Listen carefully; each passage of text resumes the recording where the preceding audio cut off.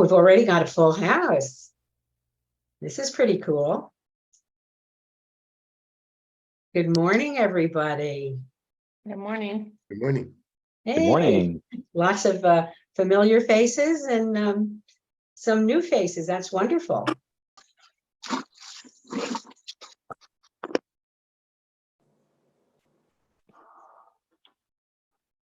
Oh, Glenna is on. My goodness. Senior Hi, services. Glenna. You'll be actually doing one of our presentations coming up, I think, in the next few weeks or so. That's great. Yes, ma'am. Looking forward to it. Wonderful. Good to see you. Same. We're, as those of you who come to a lot of our programs, you know, we do a hard start about 5 minutes in, about 5 after 10, and we'll just chat and let others that come in, we'll bring them in. We have a nice full registration group this morning because of a wonderful topic and presenter, so I'm really excited about that. Sally, you're there. That's good to see you. I was thinking that sometimes you may not be able to come to some of the programs. I'm glad you're here. All right. I think we got a pretty good launch so far. We're a little bit more than half of all our registrants. So good initial attendance. We certainly appreciate sensitivity to time, so we can honor the fact that you are here on time and wanting us to move forward. So again, see 10:05, I think we'll wait another 60 seconds and then we're going to move on. Sounds good. Always nice to see Susan and Irv. Hi. And I'm wondering if my friend Constance is on yet. I don't see Constance yet.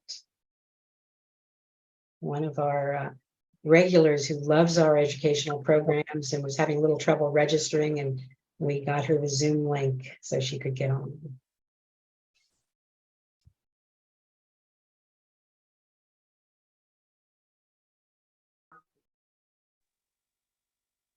Hi, Katerina. Well, hi, Joyce. How are you? All right. Good. Hope everybody's staying cool out there. Yes. Well, you know, I would. I see someone joined us as an iPhone. We'd love to know who you are. If you would be willing to put your name on screen, that would be great. Well, obviously, so you've been trying to apply, is that it?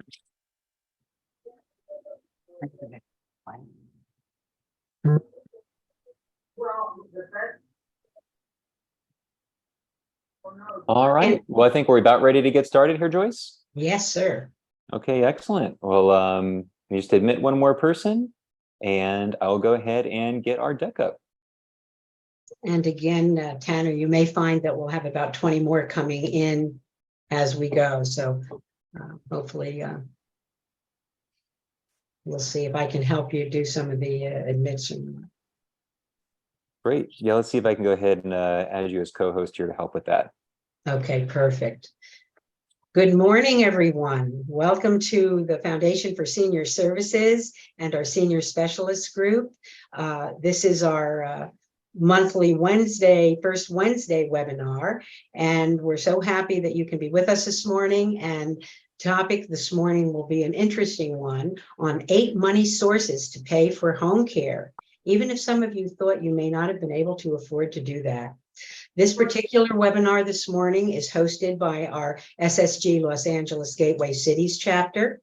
And as you know, we are always being, we're so honored to be having so many professional. May I ask, let me just stop for a second. Can you all be sure you're muted? And Tanner, maybe you can mute the group. There'll be time for lots of Q&A afterward, but for those of you that may not be muted, we would appreciate you muting yourselves, or Tanner, you can go ahead and mute. Yeah, I'm looking to do that now.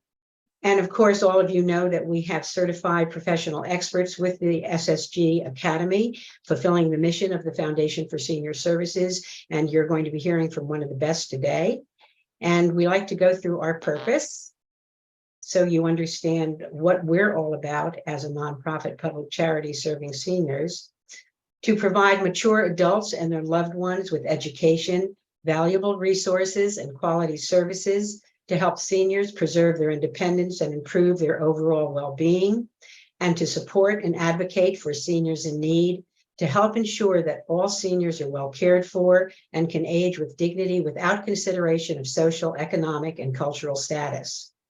And I am so pleased to be here this morning. I don't get to make all of the presentations, but I'm very, very happy to introduce our presenter today, Tanner Gish. Tanner is a care consultant and owner of Loving Home Care his offices are in Whittier. And Tanner is the owner of Loving Home Care and a certified dementia practitioner and frequent community educator. He does so much education for our foundation as well as for other needs within the community. Tanner is passionate about equipping families and professional care providers with the skills to help seniors thrive through the aging experience. And I'm so happy to say that besides Tanner's expertise and experience in his field, he is also one of the key leadership members of the Foundation for Senior Services and leads the LA Gateway Cities chapter and supports the Verdugo Foothills chapter as well. And with that, I'm going to turn it over to Tanner. He loves to start off with something that not all of our presenters do, and I think you're going to enjoy our opener.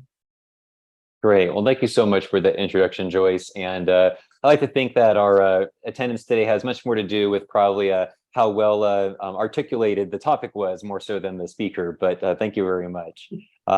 So yeah, as Joyce said, if any of you have ever attended the Verdugo Foothills Gateway Cities Senior Specialist Group, we often like to start off with a trivia icebreaker. Maybe it's because I lack the natural comedic skills to get things started off that way, but that'll be a first way to go ahead and to get us started here this morning. So even though I believe we've gone ahead and muted everybody, feel free to unmute once we get to that point. But after that, we're going to be getting into the heart of our presentation today, which is to talk about, again, 8 ways that you can be able to, as I use the phrase, find ways to shake the change out of the couch to afford some essential care that loved ones that we may have need to experience as their health and other complications require additional assistance. Before we get into that, just a few points in terms of why do people get to the point of taking some gambling with their health? So many of the conversations I have with families is where there's a clear need, but there's resistance to moving forward with getting some of that assistance. We'll take a quick look at that, as well as just being aware of what are the various modes or locales at which additional assistance could be received. And then we'll get to what are those 8 different forms. And I will say this, I've had several members of the foundation who are here on this call today reach out saying, hey, Tanner, I'm one of those 8 reasons, right?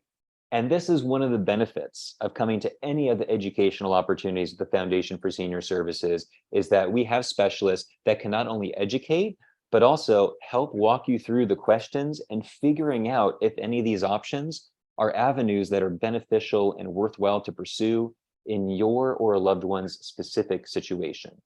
So I may even be able to draw upon in the Q of A from the subject matter experts in some of these specialized areas to be able to add some value to this entire call. So without further ado, let's have a little bit of fun.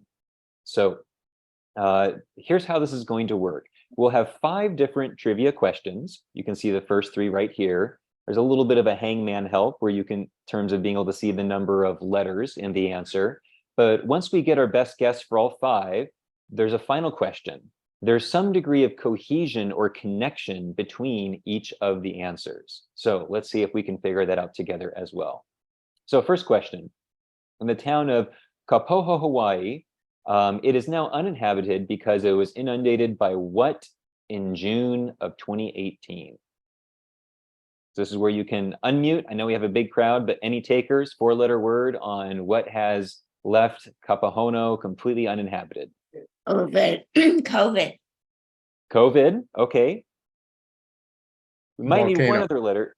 Volcano? Lava. Oh, lava. I think that's probably a pretty viable answer. Any other takers? A 4-letter word that could bury a Hawaiian town or leave it otherwise unable to have residents? think it's probably a pretty good guess. We'll go with lava as our group answer. Next one. What rental car company, America's third largest, chose its name in 1974 to appear alphabetically before competitors in the phone book? Avis. Alamo. So this is 5 letters. I think Avis would be one short. So I heard Alamo. We'll go with Avis or Alamo are our 2 guesses here, but probably the one that has 5 letters. Next, in 2010, the shallot was biologically reclassified as belonging to the same species as what other vegetable? Onion. Onion. That seems like it fits. Let's go to the next one. The name of the god Thor derives from a Proto-Germanic word for what weather phenomenon? Thunder.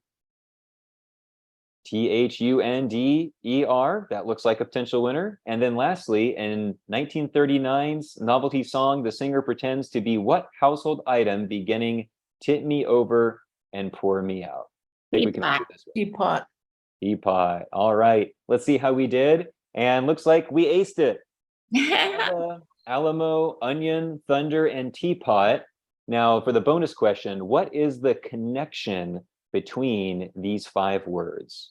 They're all what? Hot. I heard, was it pot? Hot. Oh, hot. Hmm. I guess especially this past summer, it's been pretty hot around the Alamo and what remains of it, that's for sure. I guess we cook onions on heated surfaces. Any other guesses?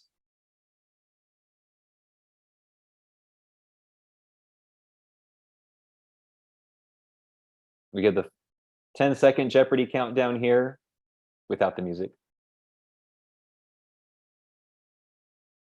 All right, well, hearing no guesses, we'll move ahead to the big reveal. They are all domes. Ah, So lava domes, Alamo Dome, Teapot Dome, to get a little taste of our American history there and the scandal involved with that. So if this was any fun to you, linked at the bottom, Ken Jennings, the well-known Jeopardy champion, has a website where he does these connections, and I always find them to be a lot of fun, and enjoy turning on a little Jeopardy myself to try to see how I can keep my mind sharp and prevent myself from any kind of dementia or cognitive decline as I age. So let's move along to our topic here today, and thank you all for humoring me and having that entertaining kickoff. So risk versus, well, sometimes there's not much reward. Why is it that significantly older adults seem to take significant gambles with their health? Again, it could be that there are sources of assistance available through family, available through what their resources can garner, yet many people, when I consult with them, seem to be very rigidly opposed to getting started with some necessary assistance for their activities of daily living. So why is it that people go ahead and take these risks? Well, first, and I have a little bit of my notes that are cut off here, is there's different biases that we can all fall prey to. Really, biases and blind spots plague us at any particular age that we have. But there's a number of them that can really stick with us. One of them is confirmation bias. You know, we have a belief that we don't need these things because the catastrophic event that our family keeps telling us is just about the corner has not happened to us yet. And again, this is an every age sort of thing. Why do we see so many people riding along on roads that hardly have anything that classifies as a bike lane, riding around without helmets? Well, because I haven't been hit by a car yet or had anything where I ended up cracking my head open. But we all know you can look at the statistics and say, there's no reason you shouldn't take those precautions because there's a very real likelihood that these things could happen. And the same thing goes with one of the most common risk factors that comes as individuals age, and that is the risk of falling.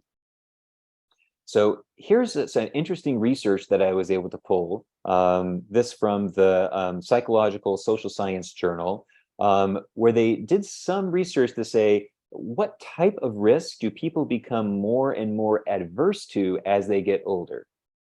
Now, you may think, Well, this doesn't quite seem to jive what we're talking about, Tanner. We're talking about how as we age, maybe we get more reckless or we don't accept help. But if I look at each of these charts, there seems to be a downward decline in terms of willingness to take risk. Well, I think that it's interesting to look at the relative decline of risk that you see in each of these, especially if you focus in the very bottom right quadrant. I'm really interested in seeing what is the level of risk people take comparing age, say, 73 to age 83 or 93, which is when many of the when health decline often starts to trigger more required assistance. Interestingly, if you look at the top right, men especially start to take far less risks financially once you cross the late 60s sort of time frame, 60 years of age. So if you look here at the chart, look above like 63, 68, you see the solid line steeply starting to bend down as you head through the 80s and 90s. So this seems to suggest that even though there's some downward decline with females as well, men might be especially tight-fisted, we might say, unwilling to make certain expenditures, fear losing a sense of security that they feel that financial resources can provide as they age. And if there is some degree of financial investment that's going to be required for preserving one's health, that could make sense why there's some significant resistance. Now, take a look at the second from the top on the left, the health domain. Now, again, we do have a downward regression with both of these lines for both genders. But again, look at the difference between, say, age 73, 78 and 88, 93. I mean, those lines are pretty much there together, and you're going down from maybe a 2 in terms of their risk analyst level down to a 1.8. That's a significantly less decline than, say, the aversion to any kind of financial investment. So even though people may start to take precautions, you can see that the steepness of decline is much less, suggesting that people are more likely to be more adverse to investing financially, or even in some of these other charts, they might be more likely to stop doing recreational activities, stop doing social things, all of which can significantly increase the rate at which we have cognitive or physical decline. But the risk at which they want to take precautions to preserve their health doesn't really decline much more. All right. So what other statistics does might suggest that there is this hesitancy? Well, again, if we've been talking about one of the greatest risks that aging individuals face, which is the risk of falling. So a couple of statistics. 1 out of 5 falls does in fact cause serious injury, such as broken bones or head injury amongst aging population. There are over 800,000 patients a year who are hospitalized because of a fall injury, most often, again, because of injury to the head or to the hip. More than 95% of hip fractures, the reason people end up in the hospital for that, they're almost all caused by a fall. And then lastly, falls are, in fact, the most common cause of traumatic brain injury.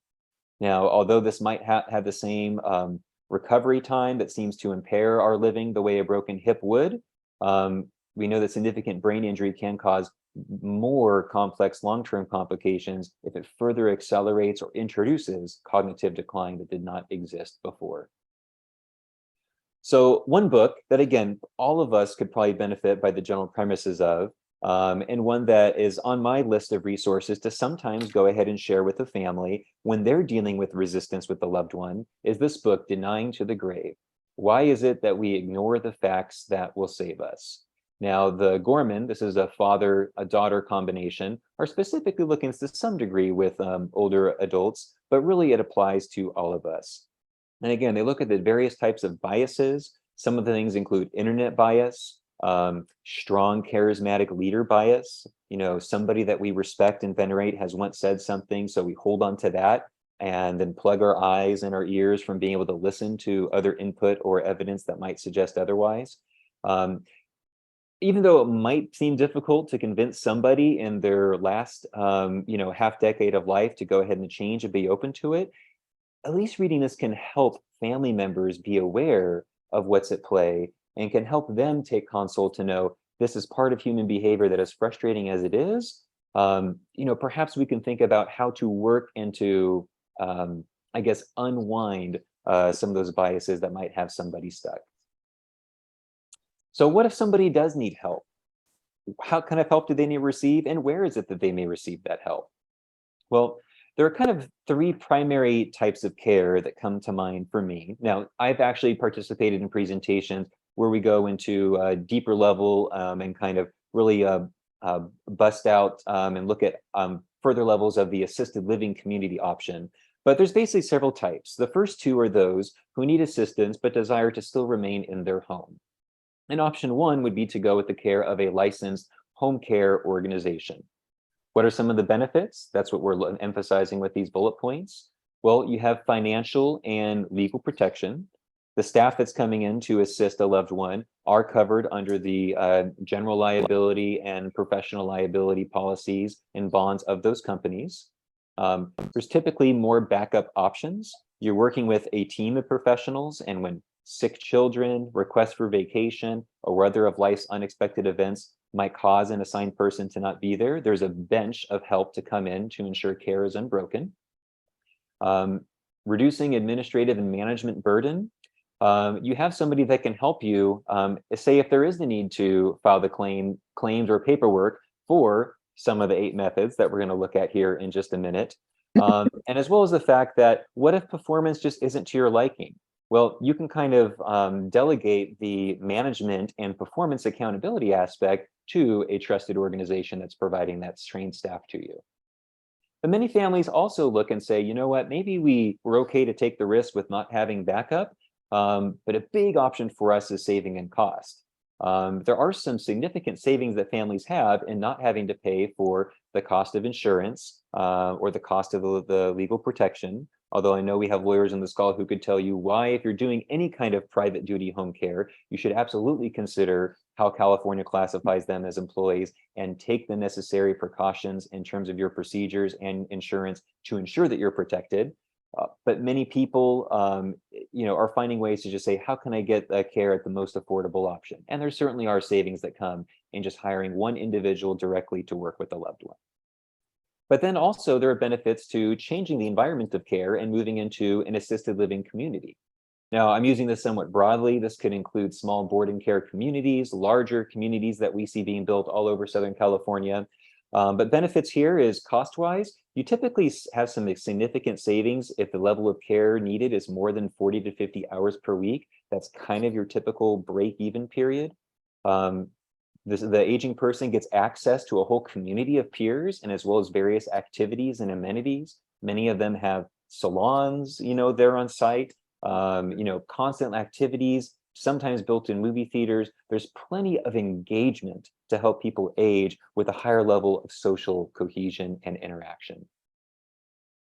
So, regardless of what your particular background may be, how is it that you can access some of the monetary means to help make necessary care for a loved one happen? So we have 8 options here, and the first of which is long-term care insurance. Now, I found in my transition, my first 10 years professionally, I invested working and building a career at a large commercial bank. And some of those conversations involve planning for the increased costs of living that will come at the end of life.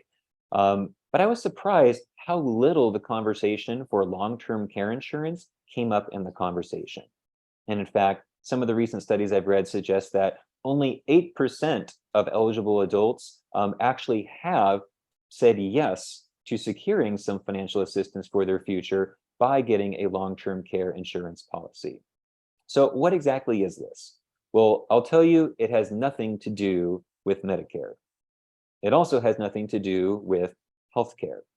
Those things take care of what you get done in a hospitalizing event with a primary care physician, or depending on the plan or necessary Medicare supplements, your pharmaceutical needs. Long-term care insurance pays for the type of direct care with activities of daily living and is a completely separate policy, but one that should certainly be brought up and initiated in conversations that we have around future planning with our trusted financial advisors. There's a couple ways your financial advisor might direct you. you can have a standalone long-term care insurance policy. But I've also seen it more and more common where somebody might have an existing life insurance policy, and they're able to add a long-term care insurance policy as an additional rider to that plan. Ultimately, what makes the best sense for you is something that you would have to invest a conversation with your financial consultant on. But I can tell you, this is something that is garnering a lot of attention nationally and politically as America continues to age. In fact, both in the state of Washington and in California, there have been conversations about passing a law that would provide an additional employee-paid payroll tax to basically fund a state-sponsored long-term care insurance program, with the options being you have to get your own long-term care insurance program from the existing insurance marketplace, or you then, if you say no to that, you are obligated to pay this additional tax on your earnings. And if you look at the benefit that would come from that amount of tax, I think many people, at least in these initial proposals I've seen legislatively, it looks a lot more appealing to try to find something that would give you much more benefit and much more assistance. So again, long-term care insurance, something that people often don't think about. Almost all types of insurance, some people's mentality can gravitate towards it because they believe in the security, but to other people, it feels like purchasing air. But if you really, the more interactions that I find people have with people that are at a point of wishing that they had some kind of plan, long-term care insurance or not, the more it opens them up to the idea of having a conversation to plan ahead. Last thing I would say here is that there is a restricted time window in which you can apply to receive this benefit. Typically, you will have either a much significantly steeper premium, or you may not even qualify in general if you wait until your 60s to apply for a long-term care insurance plan. Even just 10 years ago, when I initially, again, wearing a banker hat versus a home care hat, heard some of these conversations come up, I saw people giving consideration, applying, getting approved in their mid-60s. Now that's almost more like a mid-50s conversation. And be aware of this, pre-existing medical conditions can certainly have a factor on a person's eligibility. Moving along to our next point, this I find is one of the least known options for getting assistance for care. So throughout California, there are the caregiver resource centers. And when they say caregiver here, they're referring to the family members, the spouses, the children, the often unpaid caregiver who is caring for a loved one. Yeah.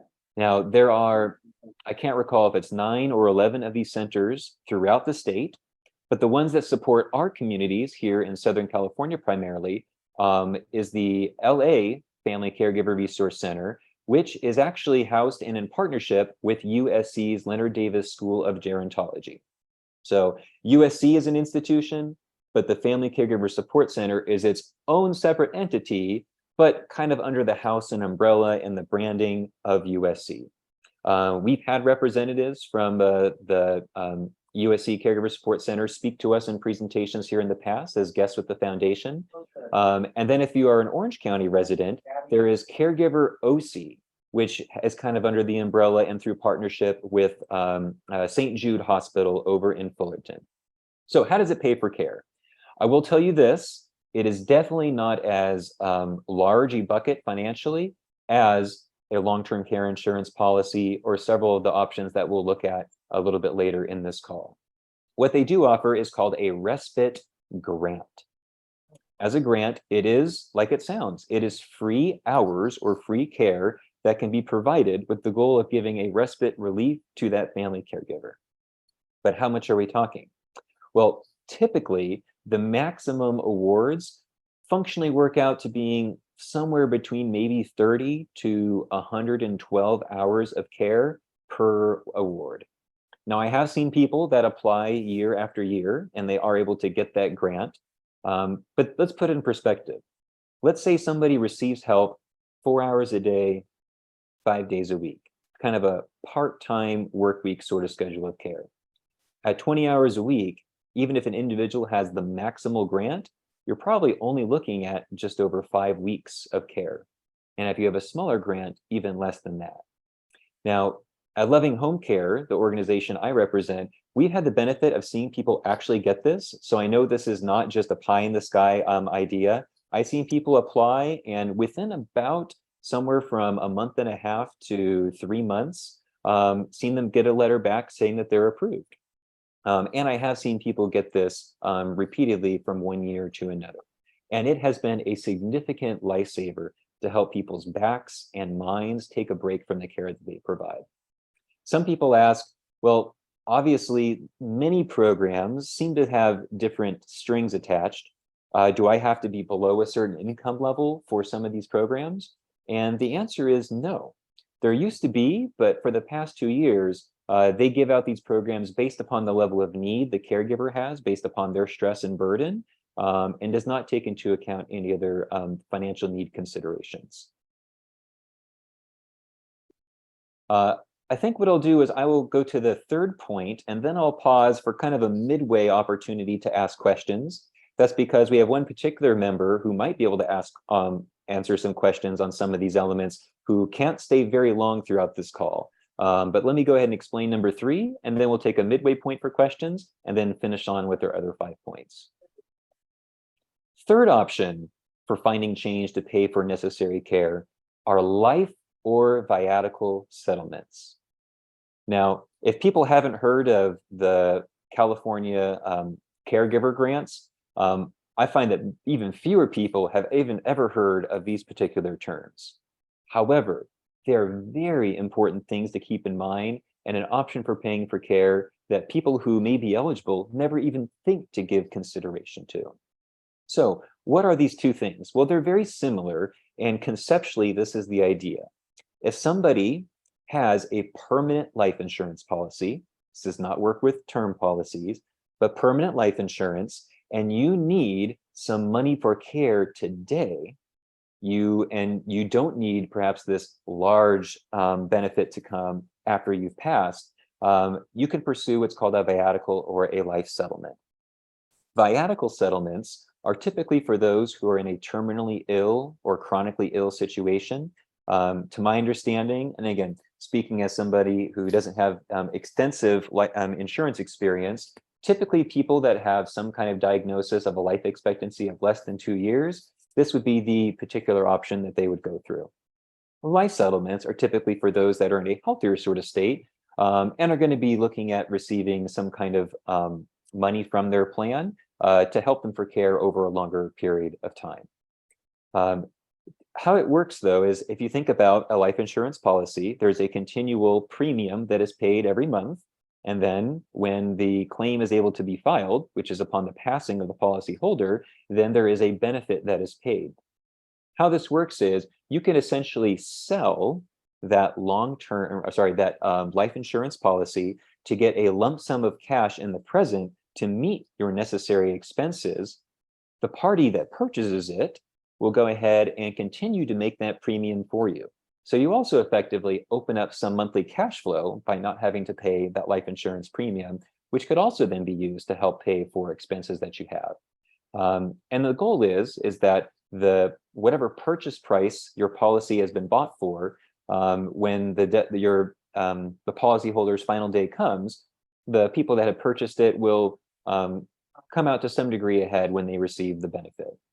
Now, this is something that many people don't know about, and many people also don't know that we have specialists in the foundation that are specialists in this particular thing.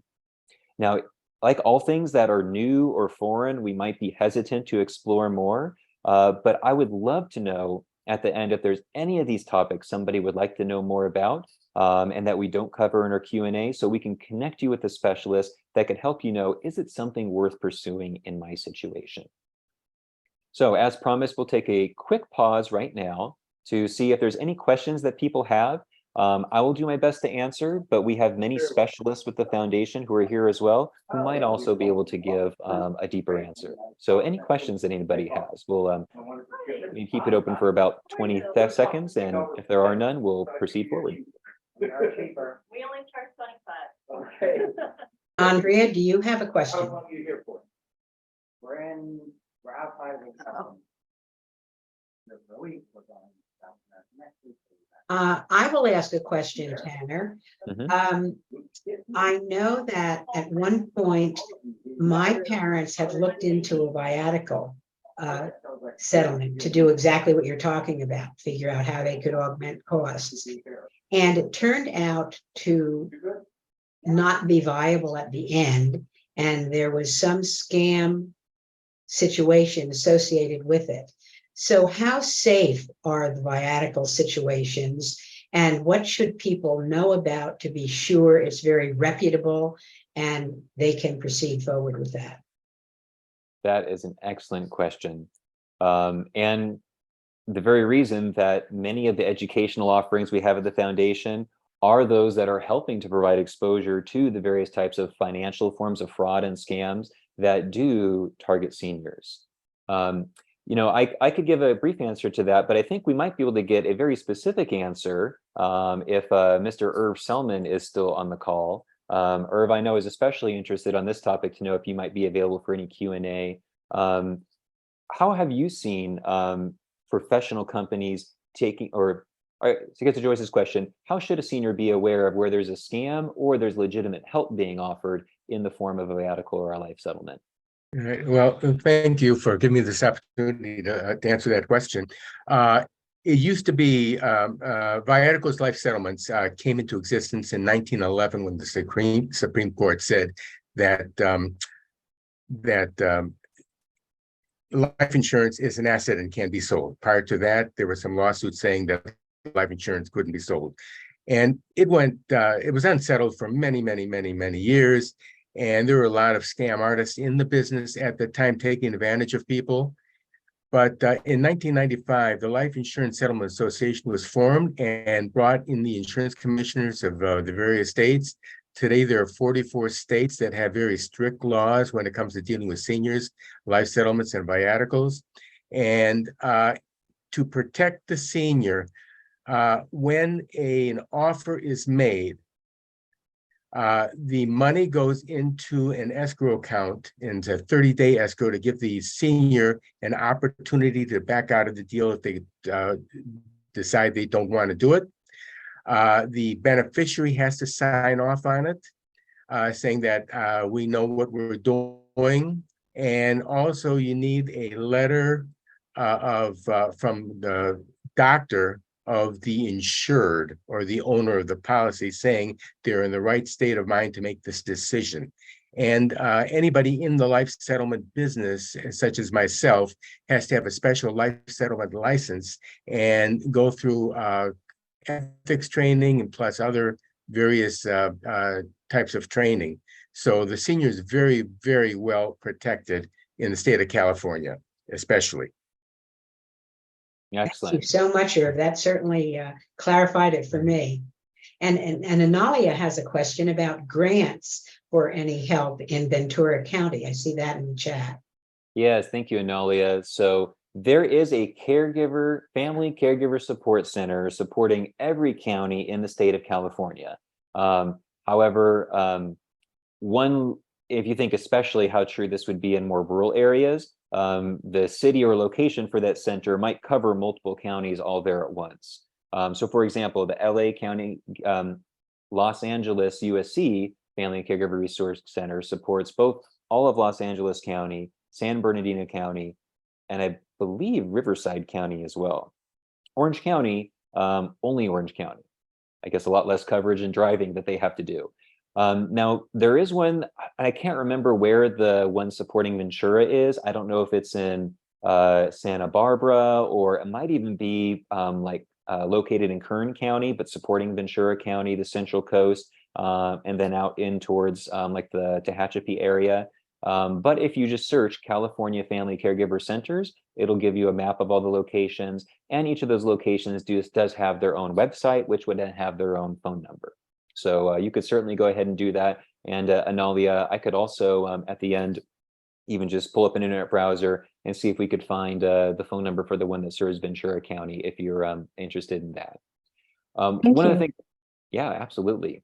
One other thing I will add is those family caregiver centers, they do seek to provide support in many ways, not just the grant. In fact, their primary means are through education and through offering support groups, both online and in person, and other ways to help deal with stress that way. So I will say this, many times they're going to look for the family caregiver to participate in at least one of those other programs if they're going to receive the grant as well. So just keep that in mind. And then Sally, you typed a question here in the chat, and then Susan, sorry, I saw your hand. We can go to you next. But you said, is number 3, life or viatical settlements, only for people who have a life insurance policy? And the answer is yes, because effectively what's happening is you are selling your life insurance policy for a lump sum today. So you have to have a policy to be able to sell. And it's only for permanent life insurance, not term life insurance. No, Tanner, no, it is any policy, term insurance, if it is convertible. Oh, if it is, okay. Yes, Well, I'm and very also glad that you're I can here. make Thank you. 2 things. I'm looking at your chart. You say viatical is typically not taxed. Viaticals and life settlements are basically the same thing. The viatical is there, and I don't like that term, for people who are terminally ill. That is correct. And the taxation, as best as I know it, I am not an accountant, so I'm not giving any legal advice. I'm not giving any CPA advice. But the taxation is the cost basis of the policy. So what they do is when you sell a policy, how much in premiums did you put into it? Anything over that you get could be taxed as long-term capital gains. That's my understanding. Excellent, thank you. And then Susan, I saw your hand up earlier. Yes. Yes, my understanding is that life settlements are for both healthy and unhealthy people. There is no separation. I mean, you could be unhealthy and still do a life settlement. My understanding is the same too. And again, Irv, feel free to settle in. I think, like you said, the term viatical tends to deal with those that are in more of a hospice or end of life element, but effectively the same thing's happening. The policy is being sold to someone who's providing the lump sum payment for that. That is essentially what both these things mean, and what would how the transaction pans out. Correct. Correct. Mm-hmm. Excellent. Well, let me go ahead and check the chat to see if we have any more questions. And I don't believe we do. Joyce, are there any raised hands? Because I only, as the presenter, have a small window here from anybody else in the room. No, I think we can move on to number 4. Okay, great. Karen, I have a question. Oh, Mona. Home Okay. care organization. So are these grants for the organizations also? So these grants, again, going back to number 2, they can be delivered in 2 formats. One is the family caregiver can find a neighbor or a friend who is going to come in and care for their loved one. And that would be the person who receives payment for that work. So the regular family caregiver can take a break. They also can provide care through an agency. In that case, each of these local family caregiver resource centers would have different home care organizations that they vendorize to go ahead and to deliver that care. And essentially, the grant goes and pays the home care company to provide those number of hours of help. So how can we be part of that their pool? Is there another process for it to being part of their pool as well? Like the paperwork needs to be done. Whom should we be contacting? If a family is applying for the grant?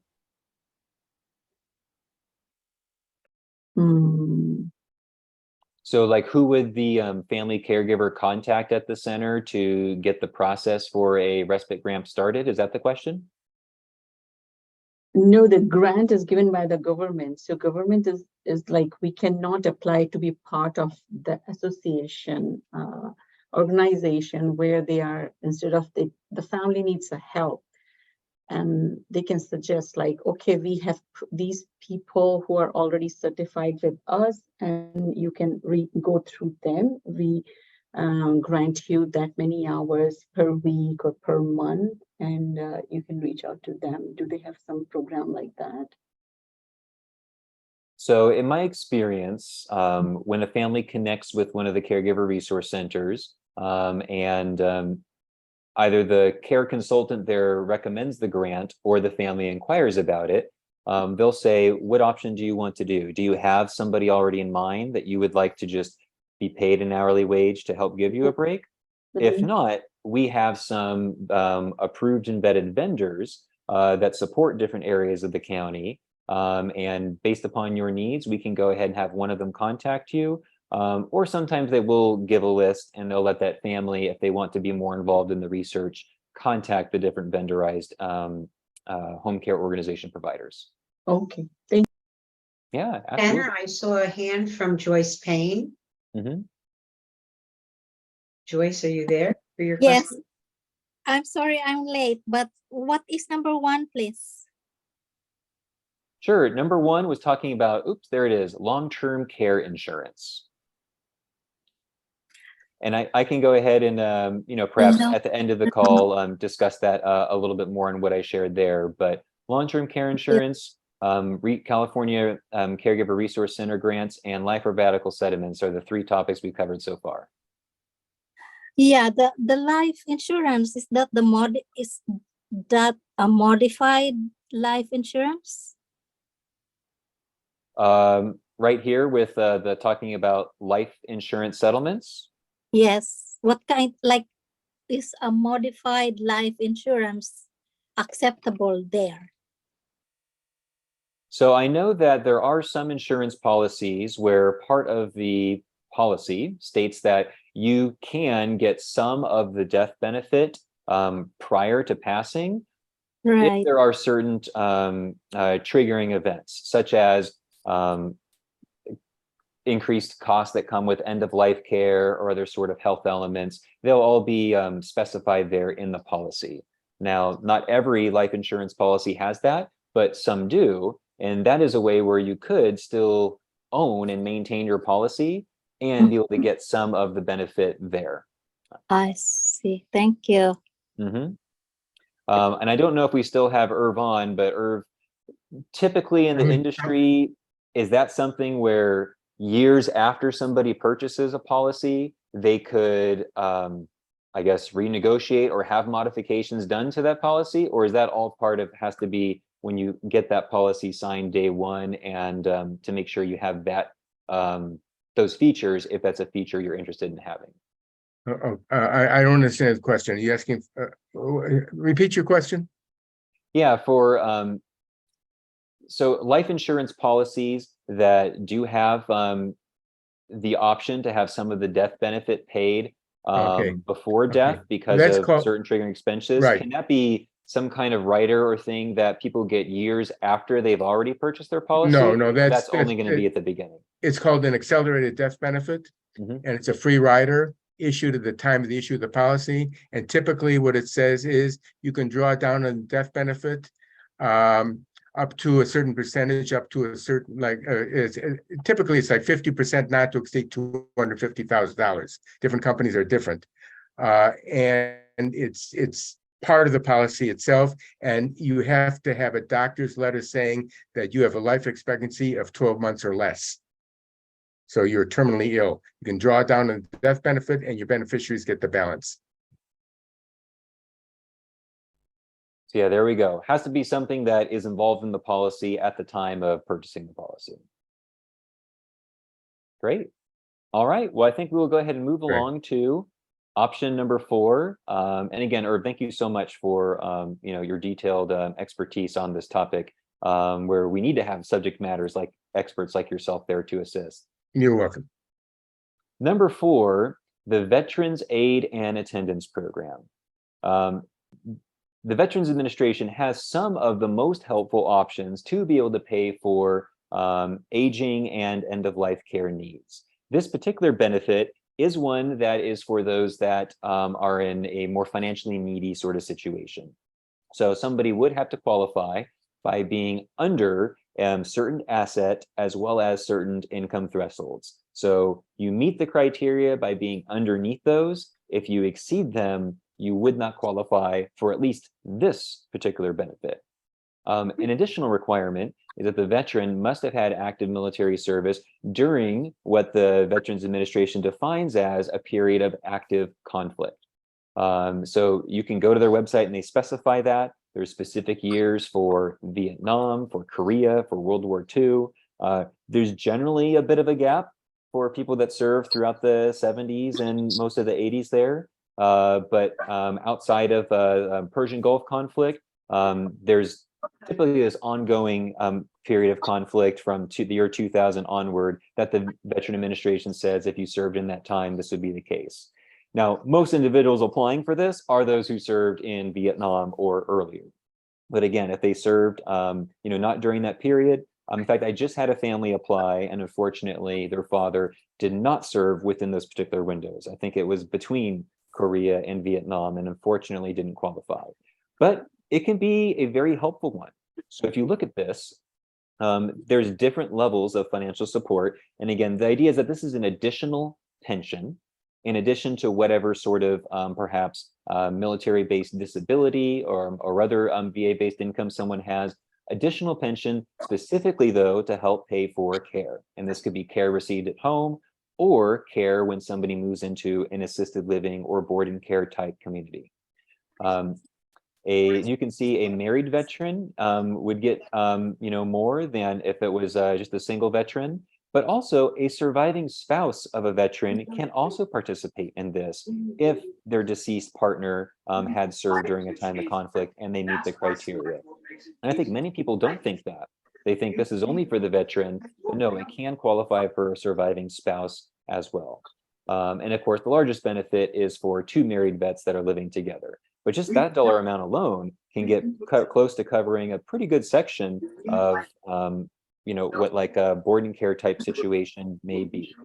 A little bit more if you have to have both people there living together. But again, this is a very significant benefit. But I will tell you this, it is a bureaucratic process to get approved for it.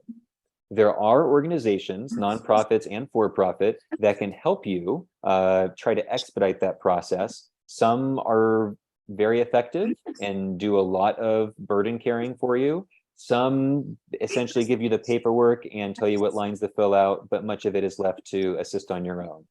But again, even this is something that members of the foundation, various members of the foundation, it is their one of their major responsibilities to help families with this particular element.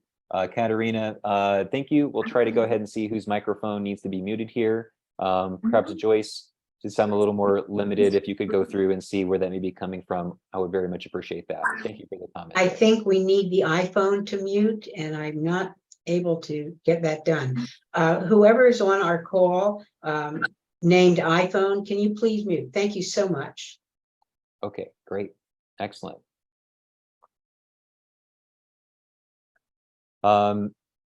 In terms of bureaucracy, last thing I would say is I typically say people seem to go through about a month and a half to sometimes 3-month process, but a big part of this has to do just, did you get a complete package together at the front end?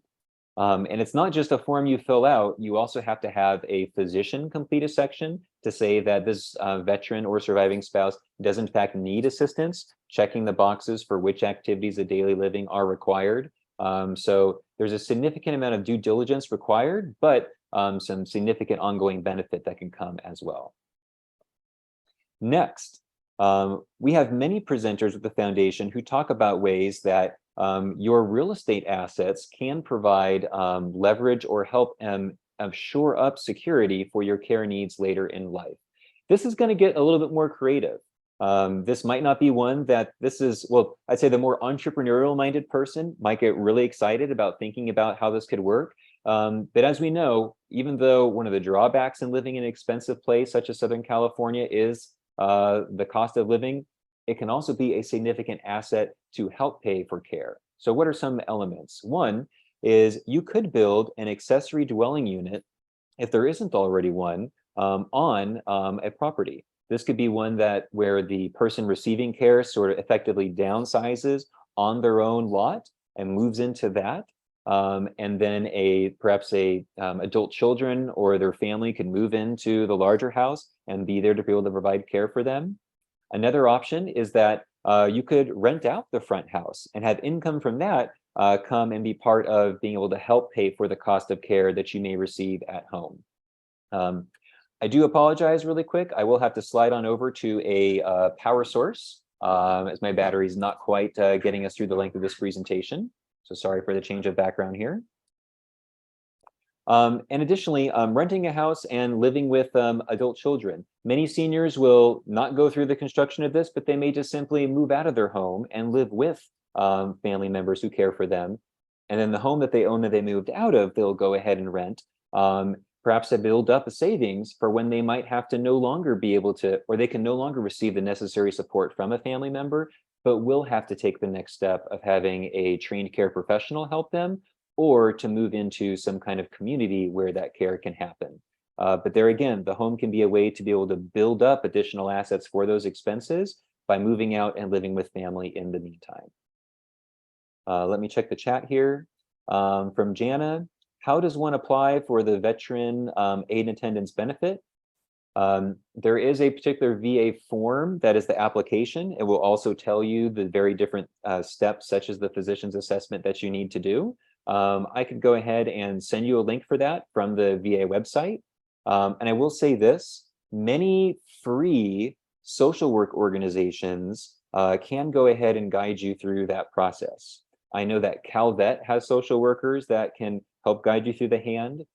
There used to be a contact I had with the LA County social worker over here in City of Industry who was far more hands-on than most in terms of helping people through that process.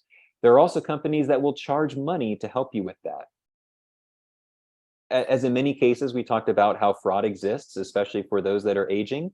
I think many of these take far more money than benefit that they derive, which is why I suggest some going through some of the options that don't cost, like these social worker options.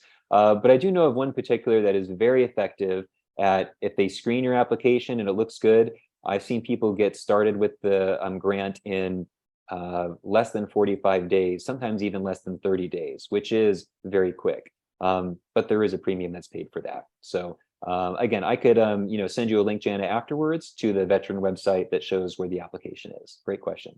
And Jana, we also have a specialist out of our South Bay chapter that can also give you guidance in this. Particularly, he speaks on this and does help a lot. So let us know at the foundation level too if we can help. Excellent, thank you.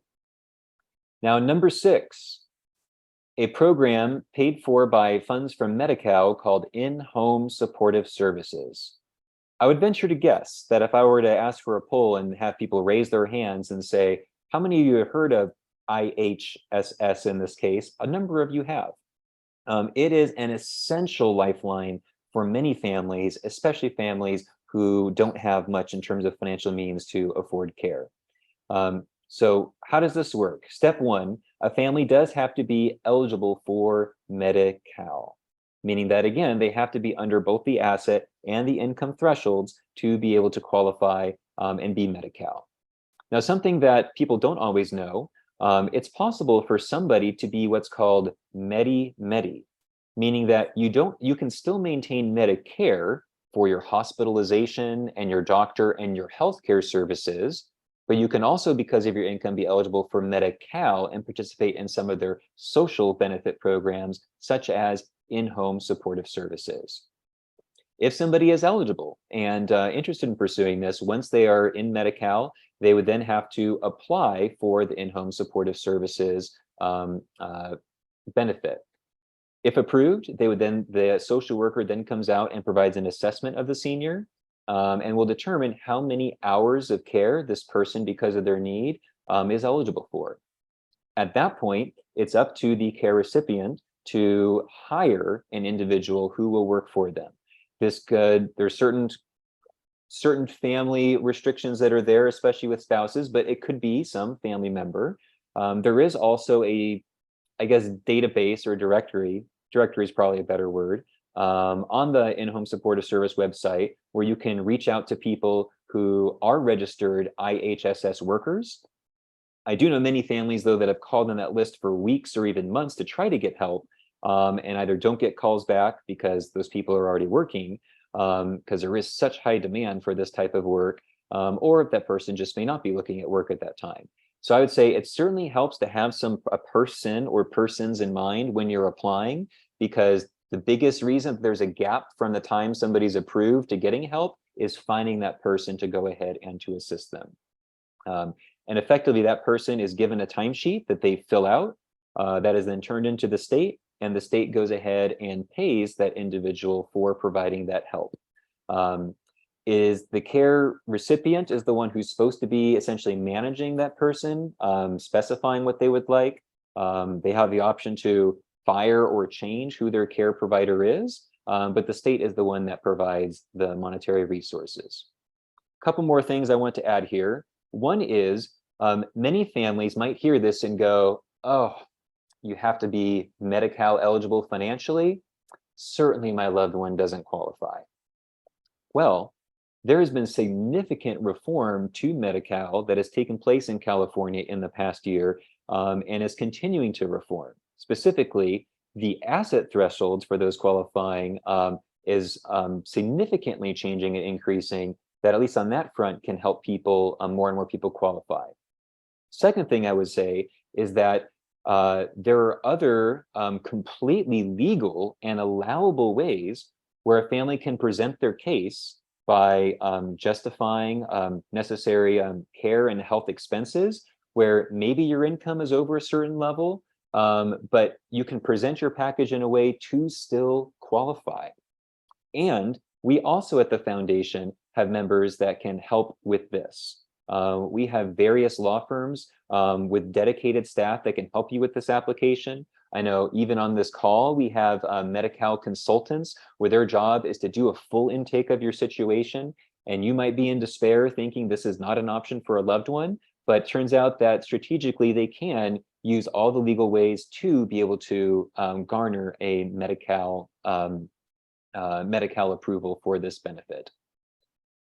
Any questions that anybody has about in-home supportive services?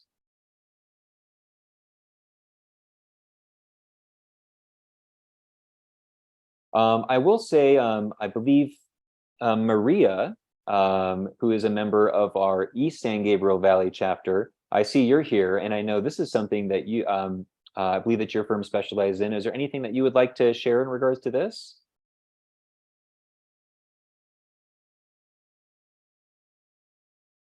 Okay, well, I will go ahead and move along.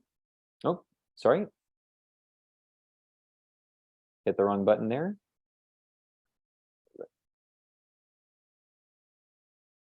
All right. Number 6, 7, sorry about this. Veterans Homemaker Home Health Aid Program. So we talked about the aid and attendance program earlier. The Homemaker Home Health Aid Program is a completely separate program provided by the VA. And guess what?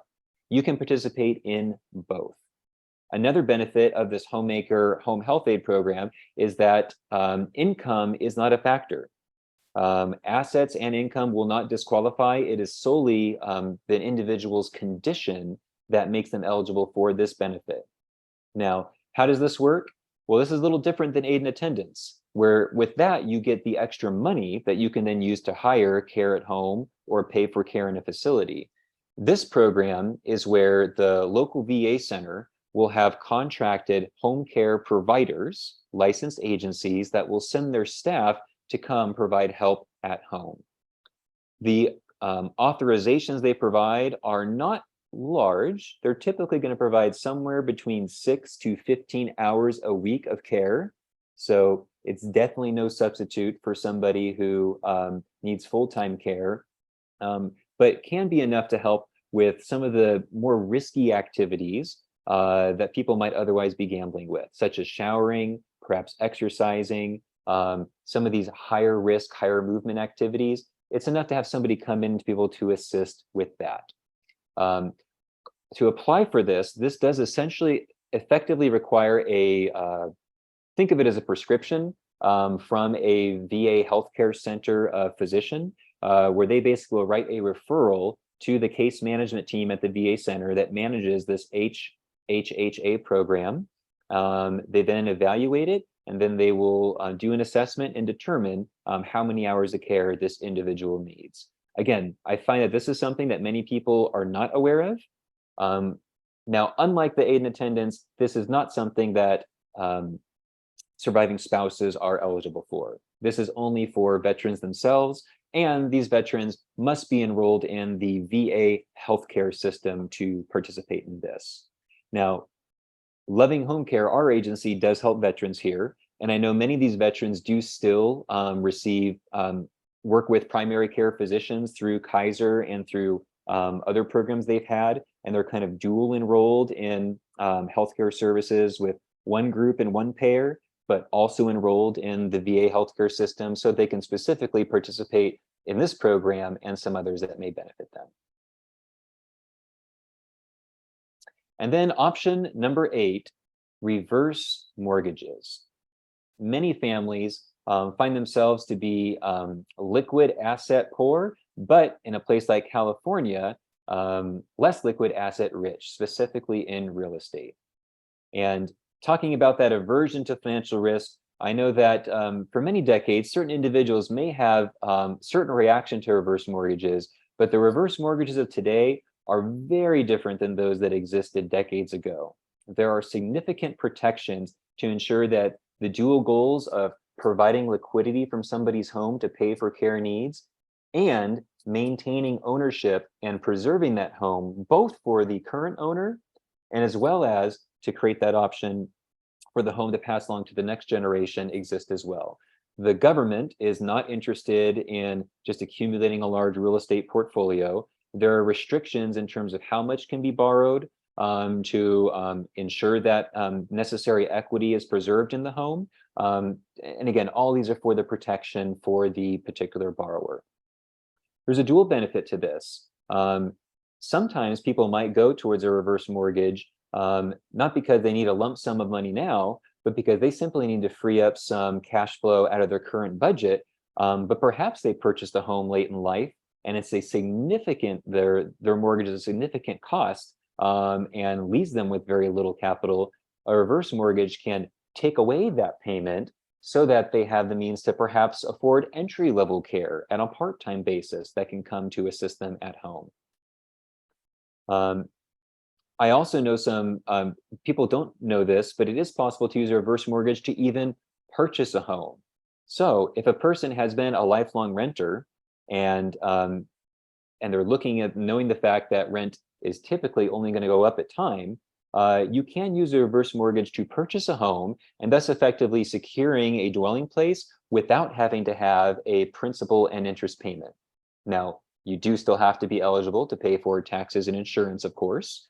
And you cannot use a reverse mortgage in either case, whether to purchase or to refinance, unless you have reached certain age criteria. So it is for those that are seniors.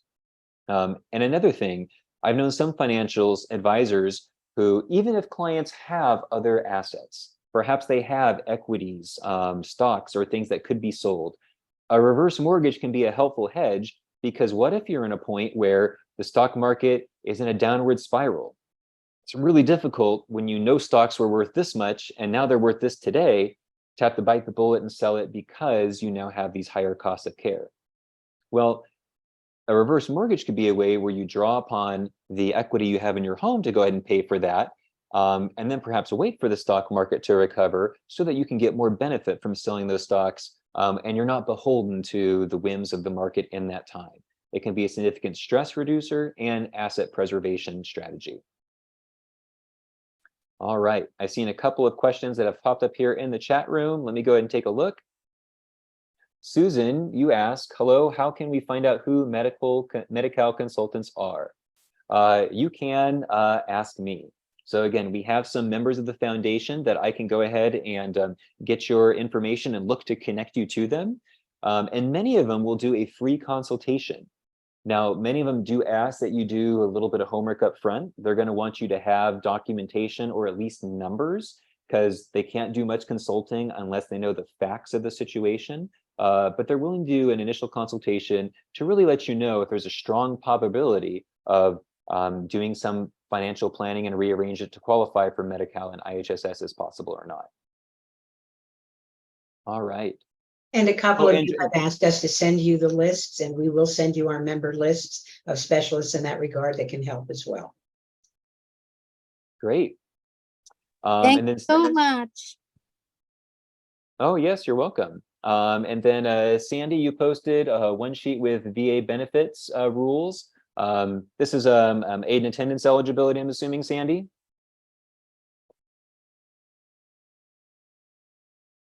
All right, well, Yeah, we'll it say gives- this. Yes, it gives. Okay, the- great.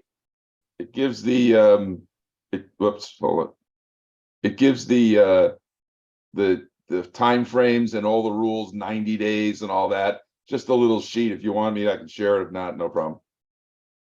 Yeah, I think if it's some kind of, resource from the VA or something like that, we want to be collaborative. So that's something I think it would be great to go ahead and post there in the chat. Yeah. But there again, if anybody has questions about this, more than happy to get your information so that you can be connected with professionals to be able to help with this. I know that several of those VA benefits are things that Sandy and his team are regularly connecting families to so that they can get access to the care that they need as well. All right, well, we've already kind of transitioned to some questions throughout the presentation. Are there any final questions before we take a look at some of the next educational opportunities with the foundation and other benefits that might be of service to you and those that you love? Sandy has a question. Great presentation, Tanner. You left out, and I know you only had time to 8, but you did leave out charities that provide, I don't want to say money, they provide scholarships for people in the lower income area. So that's another avenue of economics for the seniors. Mm-hmm.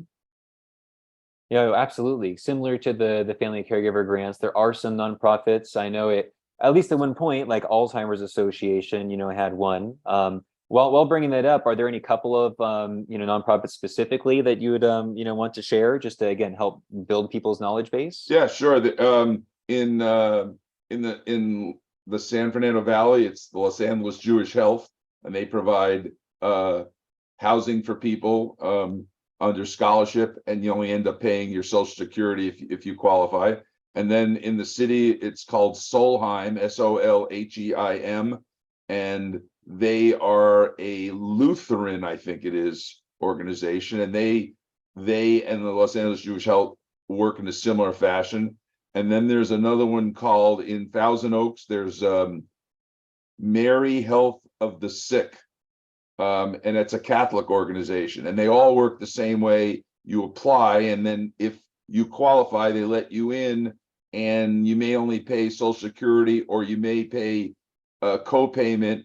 But most of them, once you move in there, you can stay there the rest of your life, even if you have no money at all. So that's why they're good. Excellent. Thank you very much, Sandy. There's Joyce. also Senior Concerns as well in Thousand Oaks that hands out grants for certain hours. I work for Home Helpers, and we work with Senior Concerns a lot here in Thousand Oaks, and they basically like give you an allotment of hours, and then we just bill Senior Concerns directly for those hours. So and there's a wait list, but you can apply for grants from them. And are there financial eligibility requirements for that particular grant? I'm not actually sure how it works because I've had a variety of different clients that seem to be in different income brackets. And so I don't know if I don't know what the qualifications are, but the organization is called Senior Concerns, and they're located in Thousand Oaks. There's a wait list. You could probably give them a call and just see what the process looks like. Excellent. Thank you, Viga. Would you mind if I do a plug for Mary Health of the Sick? Because they do run a thrift store. So anyone in the area, if you want to donate your very good quality, it's a very good quality thrift store, but if you have some nice things, I know they appreciate it because that's how they run their program partly. So thank you. Excellent. Thank you, Katerina. And what city is the store located in, or donation sites? It's off of Orchard Road in in Newbury Park, actually, Newbury Park area. Great. Thank you. Yeah. So please look that up and support them because it's always appreciated. I appreciate you taking the time to let me do that. Thanks. Absolutely. And then Joyce, sorry, I see you have your hand raised. Yes, please. I applied for IHSS and my primary doctor also signed it, but I was disapproved. And now I forgot now why they disapproved me, but maybe because I'm not disabled and I'm still active and I even have a part-time job, but I do have medical. So anyway, the IHSS, are there restrictions or limitations for approval on that for So seniors? once somebody is Medi-Cal eligible from a financial standpoint, they do an assessment to see what kind of physical needs that an individual does have. And they could come back and say, hey, this person is independent enough. Maybe you're not as independent or as capable physically as maybe you once were in the past. But they would say this person is not yet at the threshold where they can start receiving hours for IHSS. So that's the purpose of that social worker assessment. I see. Thank you so much. Good to know that. And I have another question, please. I think my question is addressed to Leah, who is in Thousand Oaks. Yes, Yeah, hello. I'd appreciate getting a list from you about those resources from Thousand Oaks because my brother, paralyzed brother, is in an assisted living in Thousand Oaks. And I'm trying to help him transfer to LA because he has an LA medical. Okay. And I've been working also with the Thousand Oaks, the Ventura County Ombudsman. What is it called? The Ventura County Ombudsman, who I think they visited that Thousand Oaks assisted living where my brother is. And so my brother's situation. I might, if it's okay, Joyce, since it sounds like there's maybe some situational specifics here, we can keep this room open, after we take a look at the calendar and conclude, and, we can have Liga and others perhaps try to weigh in on your situation, because it sounds like we might have to have a little back and forth to make sure we understand it and help. So do you mind staying on at the end of the presentation for a few minutes? Thank you. Yes. Okay, I excellent. just appreciate getting maybe an email or a list of Legas. Leah, it's Leah. I can send you my email in the chat. I'll go ahead and put my email in the chat right now. Thank you. You're welcome. Tanner, that's a good idea for those who would like to stay on for situational kind of comment. Once we conclude, that's totally fine. And for those of you that are in that Thousand Oaks Ventura area, keep in mind that we do have a West Valley, Conejo Valley, Ventura County chapter that can assist, of which Leah and Katerina are a part. So we would love to help you in any way we can, get you that information you need. Perfect. Thank you so much. Excellent. Well, Joyce, I'll turn it on over to you to give us a preview of what other things besides educational events like this the foundation can use to benefit others. Sure. We always like to talk about our Social Call Companion program. The increase of loneliness and socially isolated seniors is increasing all of the time, and calls for those friendly phone calls are increasing, and we would love to know those of you who would like to volunteer to make a call, or especially those that need that call. We have somebody dedicated now to that program fairly full time, and we really are making a difference with those people that are getting those phone calls. And sometimes the volunteer and the recipient work together, and they both benefit in the same way. So give us a call. You see our number for the foundation there. If we can assist in supporting somebody out there that needs that friendly call, or if you'd like to be part of our volunteer team. And we want to also show you the types of educational programs that we do on a monthly basis. The next slide, I believe, Tanner, will give you just a sense of what we're doing for the rest of August. We have about 4 virtual Zooms that anyone can attend. You'll see that over on the far right. And then you'll notice some of the city locations of some of the other programs. I know some of you may not be in those areas, but we are always interested in providing you the education you need. So be sure to let us know if there are topics of interest. So real quickly, a personal reboot for you. This is all about love letters to yourself, and that's a very interactive program taking place this Friday. Nutritional wellness to age well, senior chair yoga, weekly Wednesdays in Sylmar for that.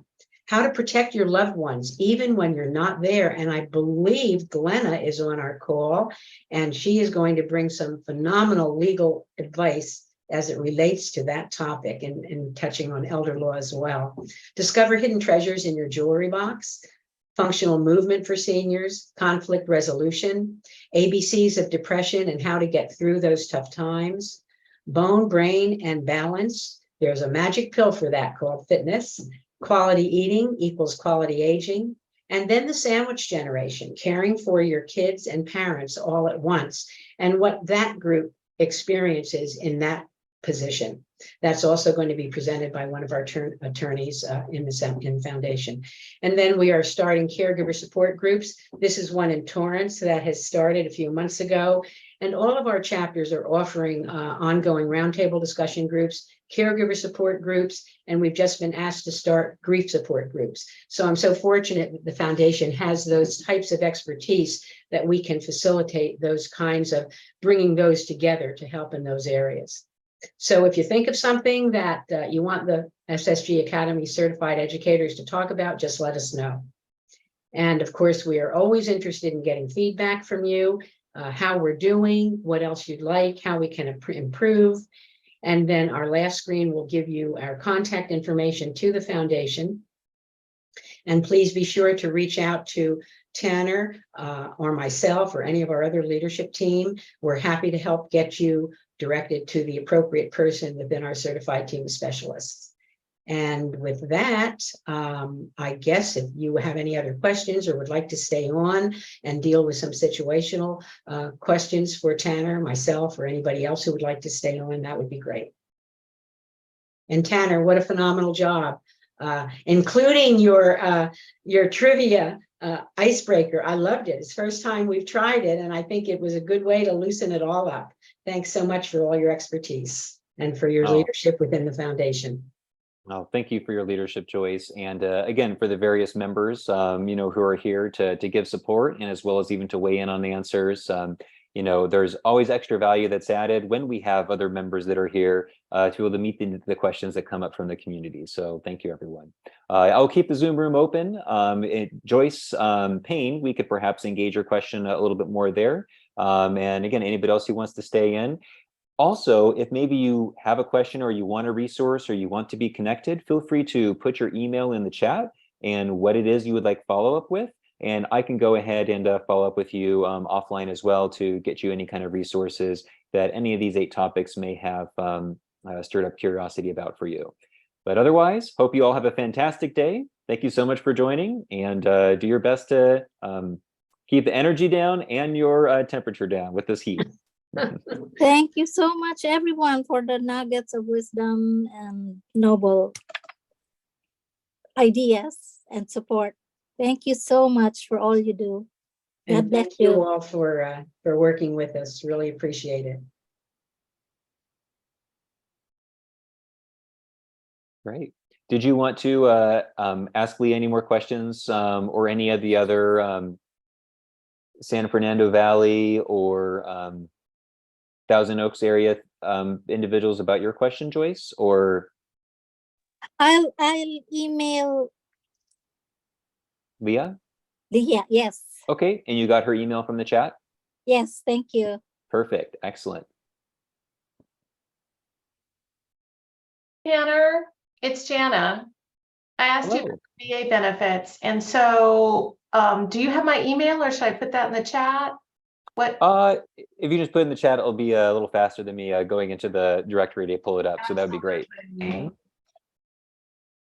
And Tanner, regarding Jana, you might also provide Larry Roberts information in South Bay, who does our VA presentations, and might be able to help there too. Absolutely. Yeah, I do have that. to go, but I just want to thank you for a wonderful presentation. I have a friend who can use a lot of these suggestions. And thank you, Joyce, again, for always doing amazing stuff. And I have a suggestion, which I'll email to you. Oh, thank you so much. And again, keep in mind, we can send out the slide deck as well for those that like a copy. That's good to know.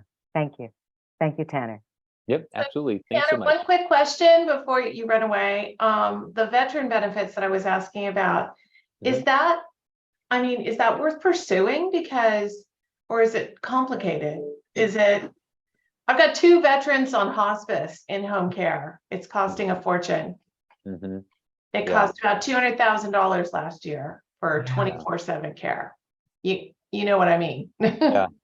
So I mean, it can provide a significant chunk of change towards that. Because they adjust it every year, my numbers are going to be a little rounded, but it essentially is pretty close to matching the old Medicare requirements. So if the veteran is an individual, pretty much has to be earning about less than $1,700 per month of income. And then asset wise, they have to be under, I believe it's 130,000, and excluding the value of their primary residence and the value of one vehicle.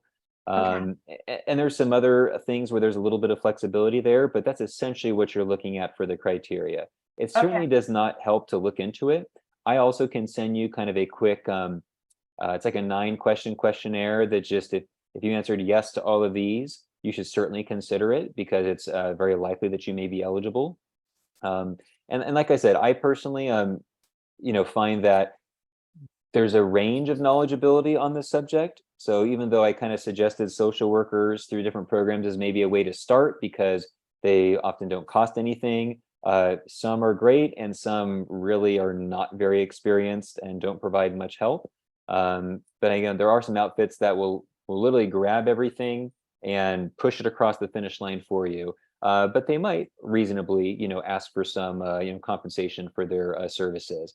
But if that provides, thousands of dollars a month for years down the road, could very well be worth it. If they help along the way, it's not a problem. So, okay.